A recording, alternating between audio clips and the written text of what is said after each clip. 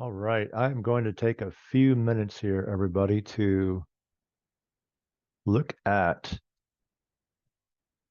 graphing and modifying graphs using Microsoft Office 365. Okay, so if you are using Excel online at Office 365, this is what you want to do here, okay? First of all, you have your data in place. Everything is good. You got your formulas, you got your tables, everything's all set up and good to go. So first thing we're going to do is just insert the graph, okay? So I'm going to left click on the X and highlight all of my data in those two columns.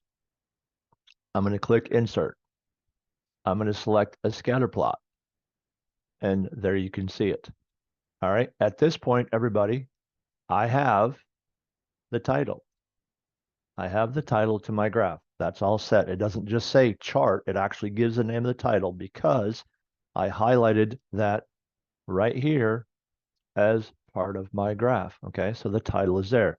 Now what's missing? What's missing is the label for the vertical axis, the label for the horizontal axis, and the trend line. Okay, I need a line that goes down through here. Okay, so those are the things that are missing, the axis labels and the trend line. All right, so here's what we're going to do. Take your mouse, click on the graph, okay, on the dots, on the scatter plot.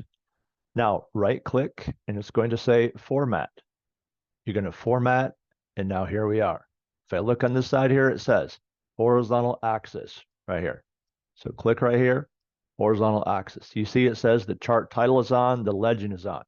The horizontal axis is not on. So first of all, click on that. It gives you the drop down. Scroll all the way down, and it says axis title. Click that on. Now it's going to ask you to type the name of the axis title. Okay, this is the x-axis. So I type x-axis and just hit enter or click out of it. And you can see it changed right here on the plot. Okay, it changed. Let's close this one up. We're all done with that axis. Next, the vertical axis. We're going to do the same thing. We're going to scroll down. We're going to make sure it's turned on. And then we're going to scroll down here and we're going to type in, let's see, where am I? All right, here I am. I'm going to scroll down right here and I'm going to type in y-axis. All right, and just hit enter or click out of it. And there you see it shows up right here on your graph.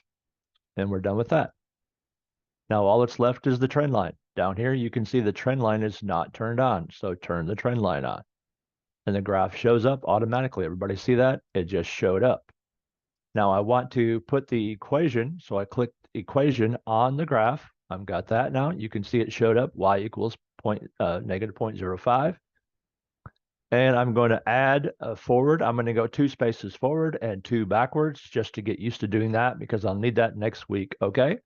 Now, everything is good there. You can see my graph is extended. I'm going to click out of this, close this down, and everything is complete. All right. We now have the title, we have the axis labels, and we have the trend lines on our graph. You now have earned 100% on this assignment, everybody.